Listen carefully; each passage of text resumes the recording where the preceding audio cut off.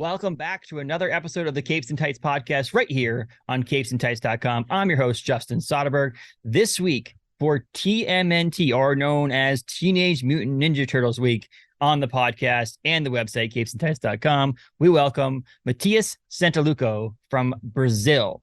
He's a comic book creator and artist and writer who does many things in the TMNT world and beyond, but he's mostly known for his work on the Turtles over the past 10 years or so. And yeah, he's just an unbelievable artist. So we talked Turtles mostly on here, a little bit about his artist collective, creator collective group called Stout Club, and much more. We want to thank Randy MacArthur from Randy's Auction House for setting this up and putting this on here on the podcast. You can visit Randy's website at maxauctionhouse.net, where Mateus has a Last Ronin Lost Year's #1 variant exclusive to Max Auction House there. So check that out as well. So this is TMNT Week featuring Mateus Santolouco talking TMNT and beyond. Enjoy, everyone.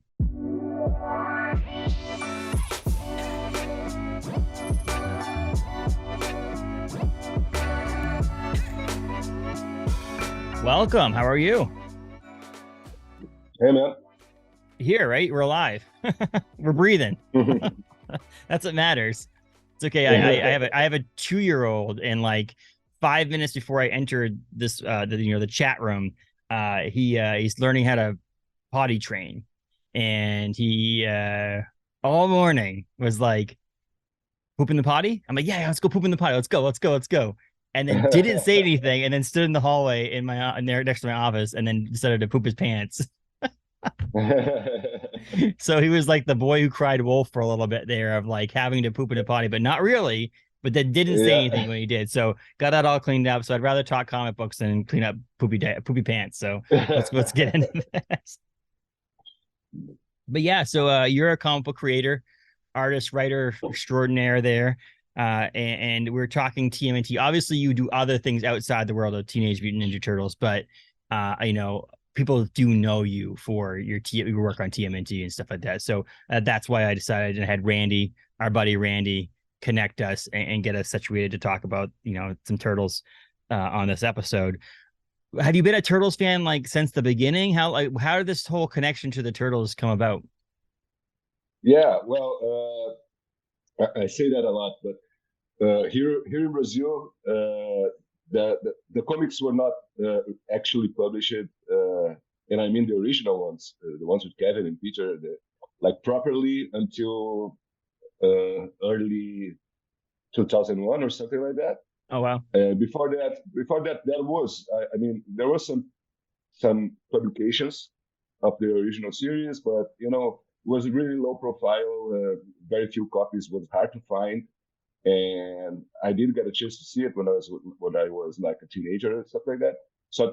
But I didn't have the chance to become a fan with that. And also, the cartoon started airing here in the 90s only.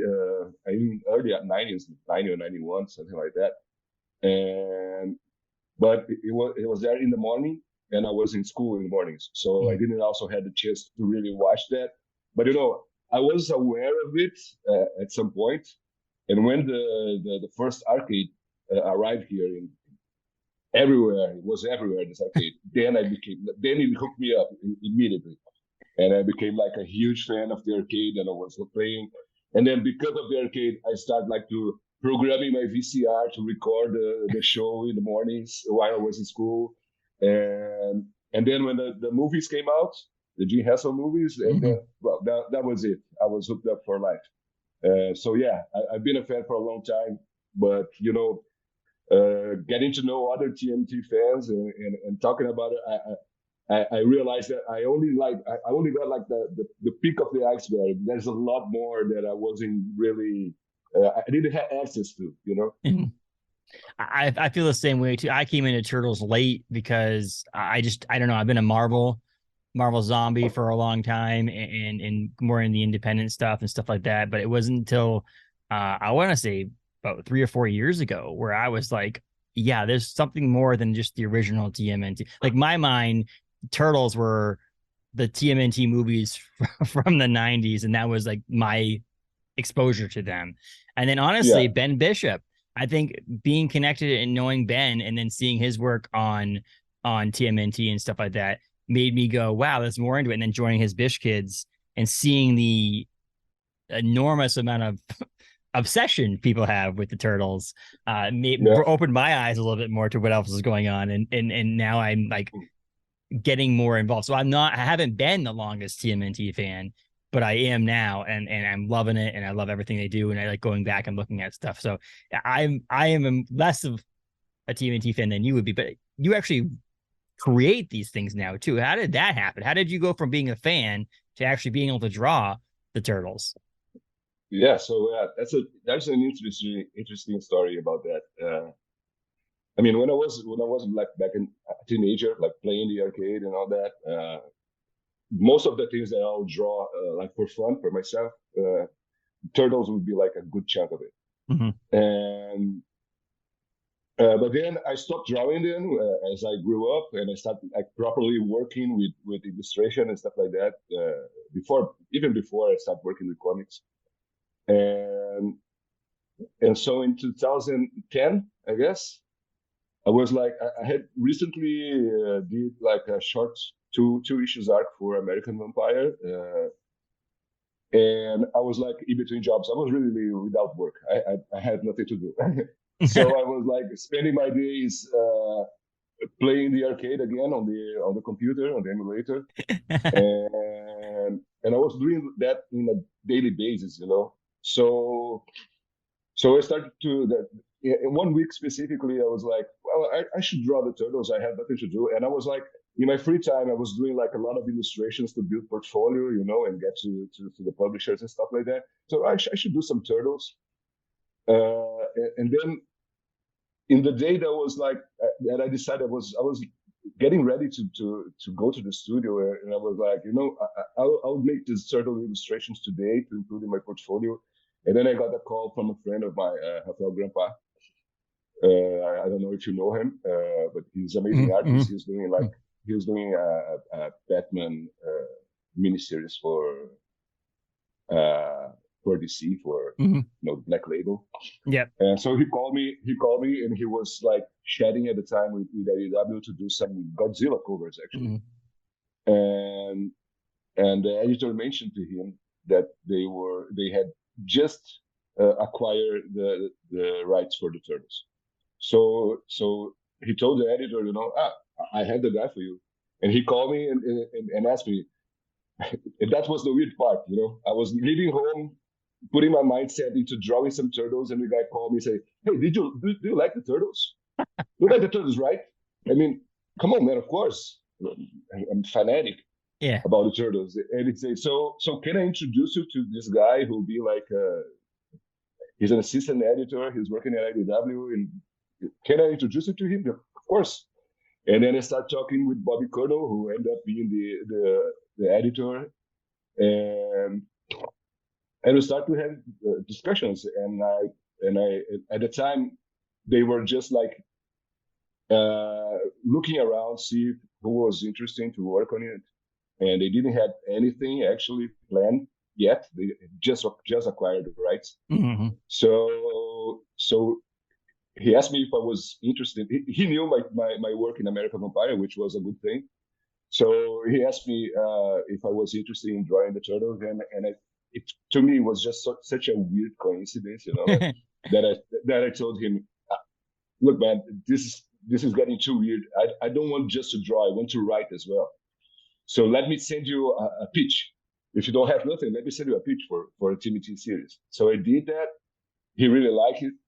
And as far as I understand, they presented to Nickelodeon and all that. But I remember there was like a few weeks after I sent my proposal for them, there was like sketches and all that, but also a proposal for a script.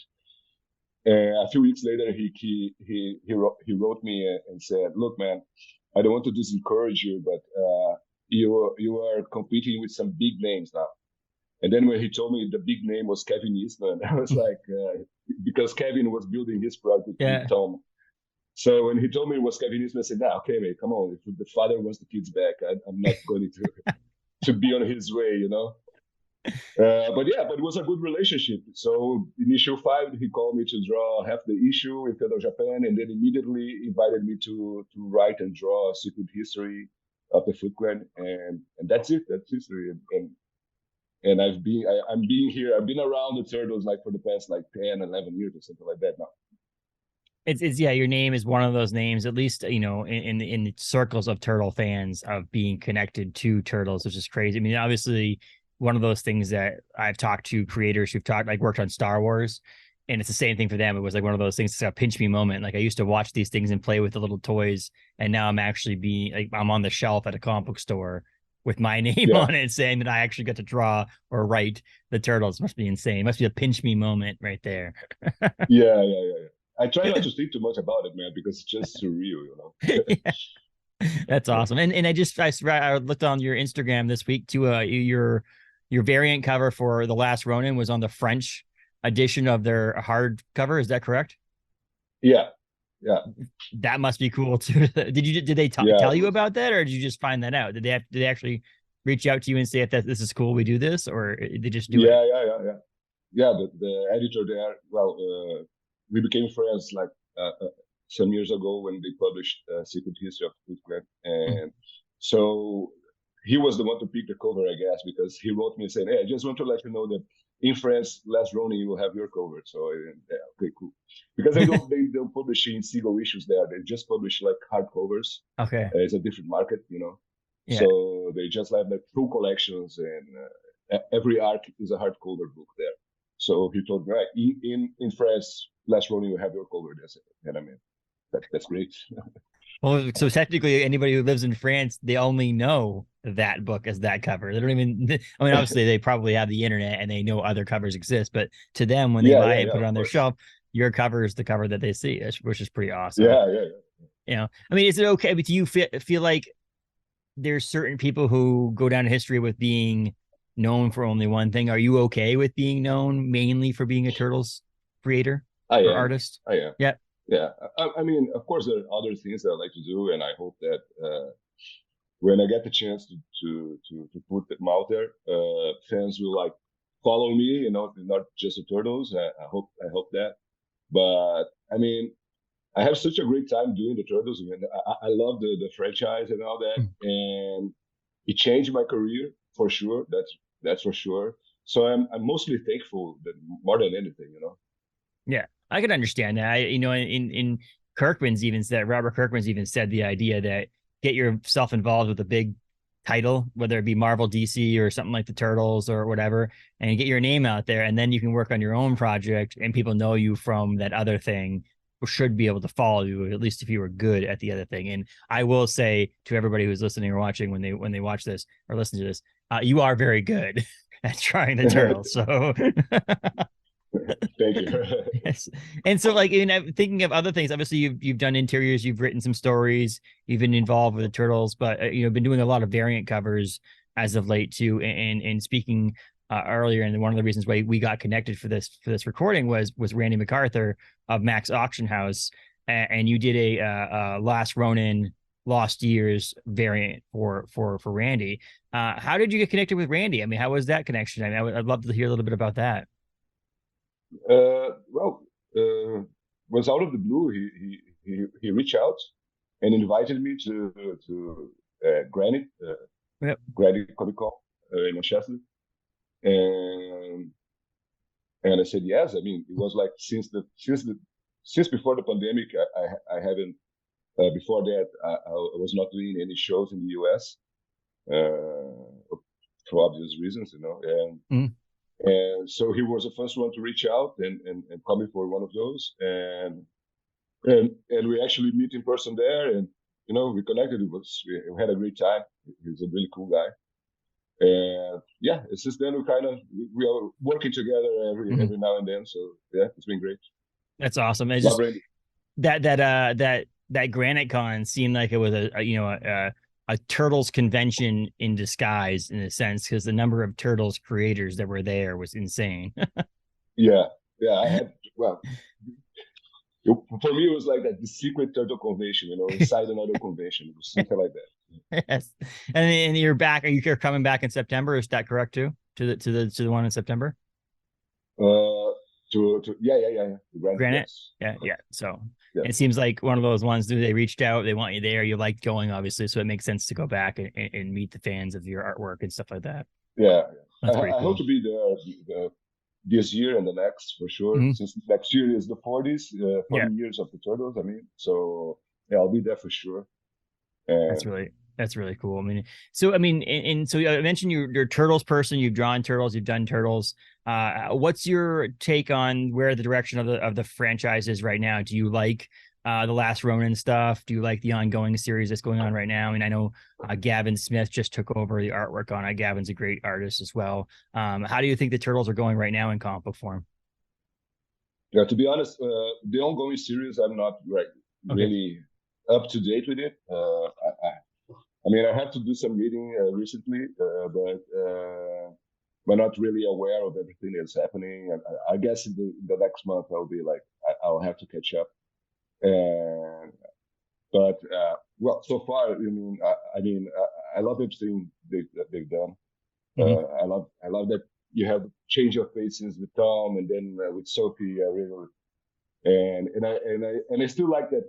The ongoing series for me is like these things. Everyone tell me this, and I agree 100% that they did the best version because they took all of the favorite parts of other iterations of the Turtles and bring them together in one cohesive narrative, and it's just so cool.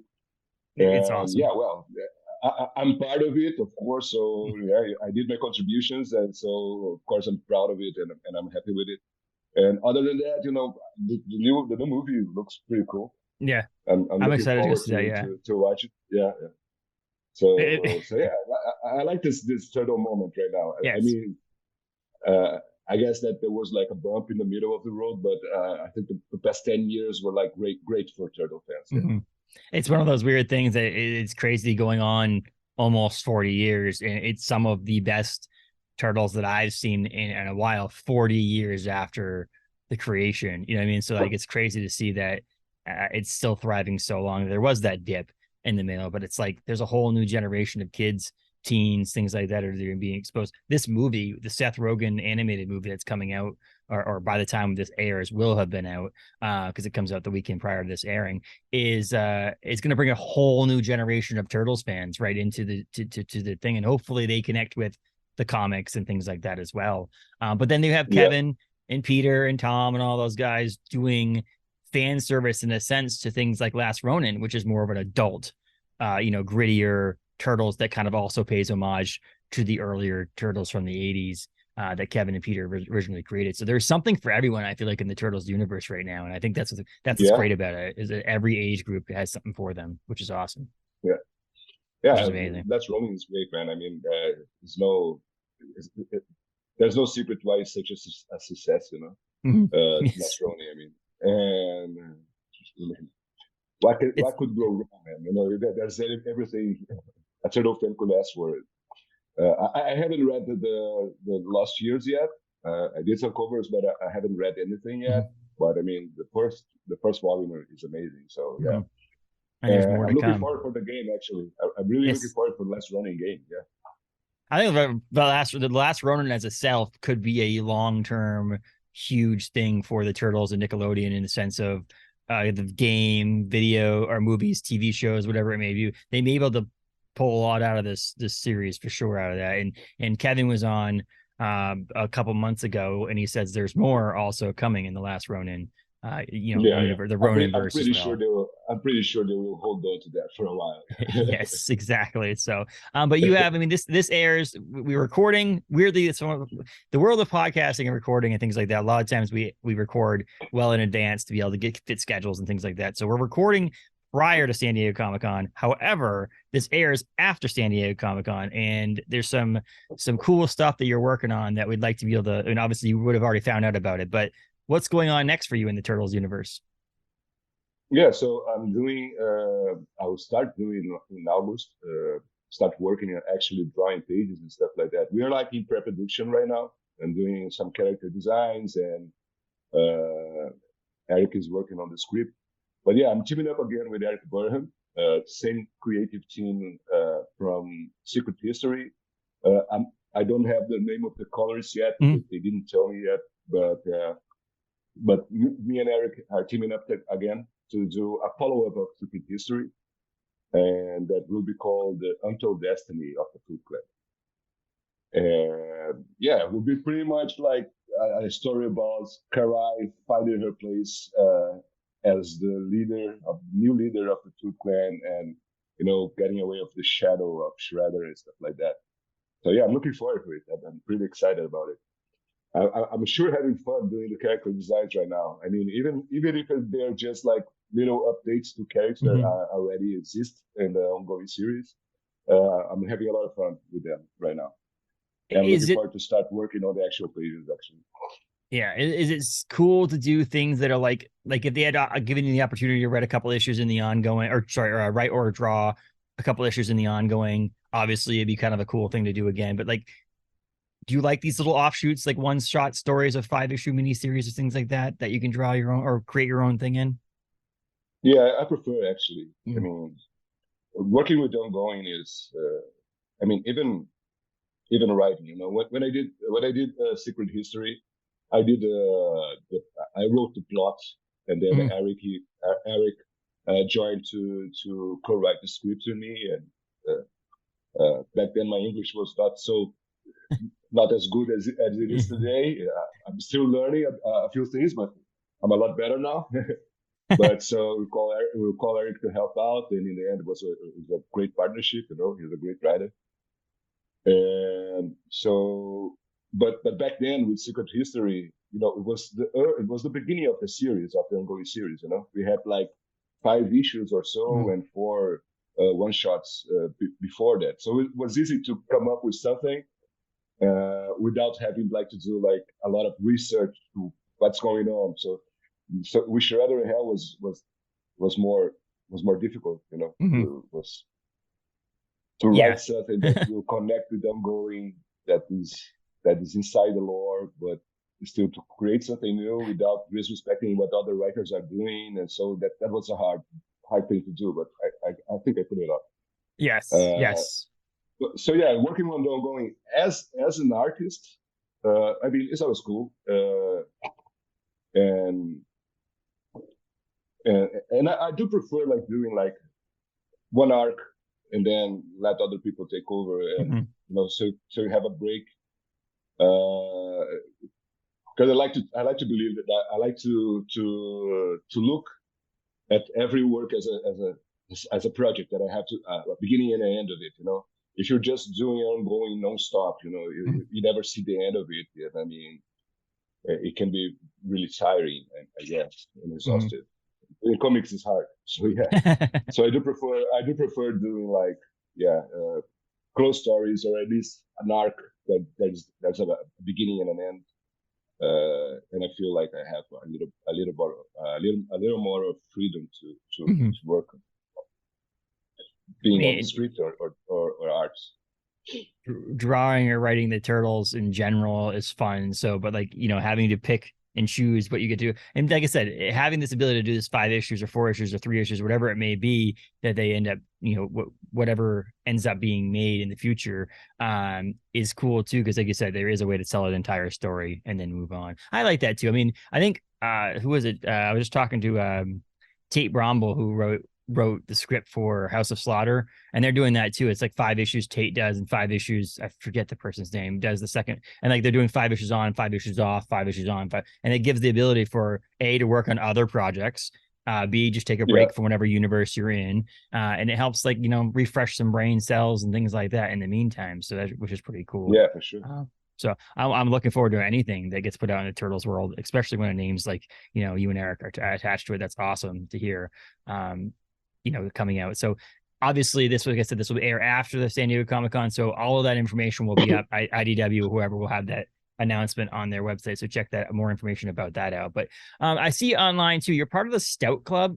What exactly is the Stout Club?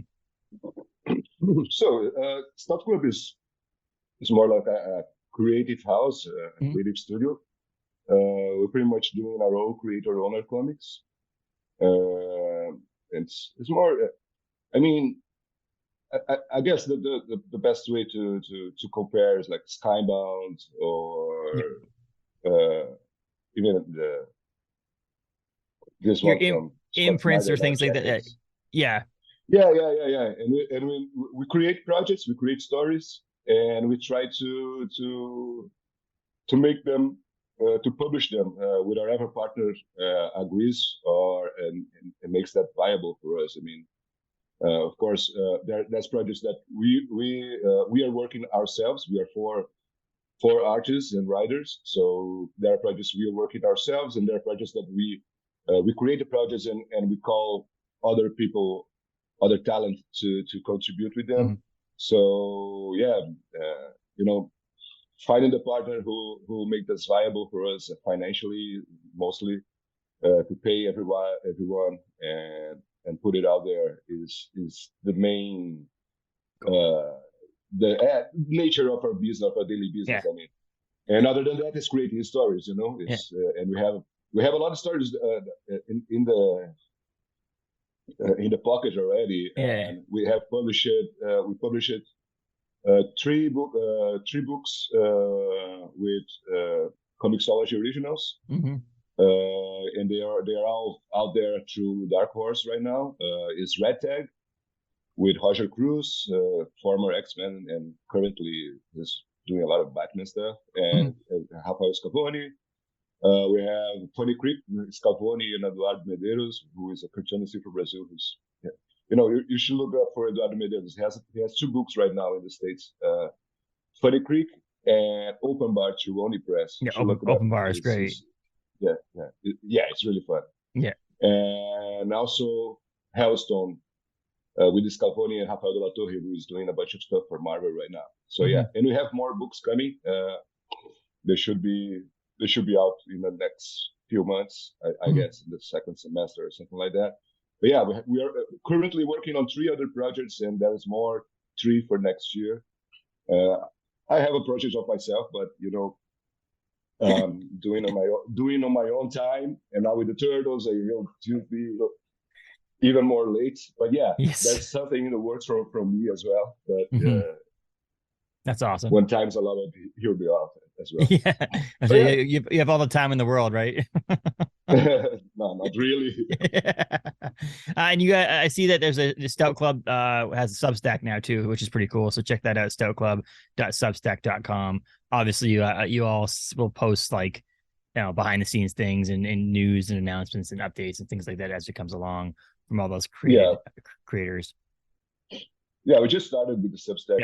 I guess the next post will be later today or something like that. And yeah, that's awesome. And you mentioned you're working on so that behind the scenes you're working on some other stuff, but it's getting pushed off a little bit because of TMNT work. I'm guessing you're going to still be doing some variant covers for other stuff as well. Is that true? I hope so. Yeah. You have nothing in the works right now, though. There's some stuff that I'm not sure I'm allowed to talk about it. Right? Oh yeah, that's fine. I don't have a problem with that at all. But I did a few a cover for variant covers for like Dungeons and Dragons and TMT as well. A lot of TMT and whatever comes up in the way. But right now my real focus is this mini series for the Turtles. So yeah. That's awesome. I'm sure I'll be doing some variant covers in the way, but yeah. And so you're going to be in Manchester. Those people who are in New England, Manchester, New Hampshire for Granite State Comic-Con in September. Is that the only convention you're really doing in the United States this year, or are you doing more conventions and stuff too? No, I'm doing San Diego. San Diego, obviously. Next week I'll be going to San Diego. I have a panel with IDW that will be announcing the series and all. And then immediately after San Diego, I'm going to GalaxyCon in North Carolina. Yep. And then Granite, but I think that's it for this year. Okay. I was planning to go to New York, but I don't think that's going to happen. Yeah. it seems like I have a few people who said they're not gonna be able to make New York this year, which is pretty crazy. But yeah, it's so many conventions to go to. It's hard to do anything. Yeah, yeah. Do you have conventions down in South Brazil or? Yeah, we have one in South Brazil. It's not that big, but there's a huge one in São Paulo every December. Okay. It's always in December, and I'll probably be there this year. Yeah, it's huge. Believe me, it's bigger than San Diego. I mean, It's crazy. Well, I think yeah, there's a lot of comic book fans in Brazil and in South America that people don't understand. There's a lot of talented creators and artists that are in Brazil. Every time someone's like, "Oh, this person's a South American creator," I'm like, "Oh, another South American creator." You guys have a yeah. lot of people Well, that make good art down there. yeah, yeah. Well, here in my city, there's me, there's Rafael Albuquerque, there's Medeiros, Scavone. Grandpa is from my city. He's from here as well. This is just in my town, you know. So you go to São Paulo, every corner will have a comic book artist for sure. That's awesome. It's so amazing. But and you're on Instagram as well and Twitter. You're Yeah, on Instagram and Twitter. I haven't. I'm not using Twitter that much Okay. these days. People don't engage with Instagram. me on Twitter. I guess I don't push the right buttons on Twitter. I'm not like trying to make Yes. anyone mad. So people just ignore me on Twitter. You're not causing problems, so people don't know you're on Yeah, there. yeah. So, But you I've use been mostly using Instagram. Instagram. Yeah. Yeah, yeah, basically Instagram. Okay. Yeah. So you're on there so people can find you on there. But yeah, so I mean, I just wanted to come on here and chat a little bit about turtles and get to know you and your artwork and your writing. Is there anything else you wanted to bring up about turtles and your love for turtles or anything you want to talk about? You don't have to, no pressure. I'm Uh, just asking. yeah, no, I'm cool, man. Okay. I would say I love the theory, that fan theory that every weapon was delivered to the Splinter gave the weapon based on each personality. I don't think that's true. That was the intention of Kevin or Peter in the beginning, but you know the theory is great. You know, the longest weapon for the, Yep. the the deadliest weapon for the more zen guy, the short and defense weapon for the angry one. I love the theory. I'll just say that. That's I love it too. I think that even if it wasn't created that way, I feel like they could retcon it into the fact that it is that way at some point and make it work because it does make sense in that Yeah, sense. yeah, You for sure. know, 40 years later, there's a possibility that Kevin and Peter don't even remember why they gave the weapons to each other. I think it was just random. I was reading actually, it's kind of funny before we finish up here. I was reading last night IDW came out with the new Turtles and Stranger Things crossover series between them and Dark Horse. And I was thinking to myself, like, I've never really been into those crossover things where it's like the Turtles meet like the Transformers and the Turtles meet the G.I. Joes or whatever, or Mighty Morphin Power Rangers. But I felt like this one made a lot of sense because, you know, it's the Teenage Mutant Ninja Turtles and the kids from Stranger Things are kind of like young adult teenager kids thing. And, you know, the Turtles are mutants and the Stranger Things people fight monster or demigods. Like it's this whole thing. Yeah, And I thought it worked really well. And I was very excited. But what they did was they based it in the 80s. So they based this, obviously, because that's what Stranger Things happens.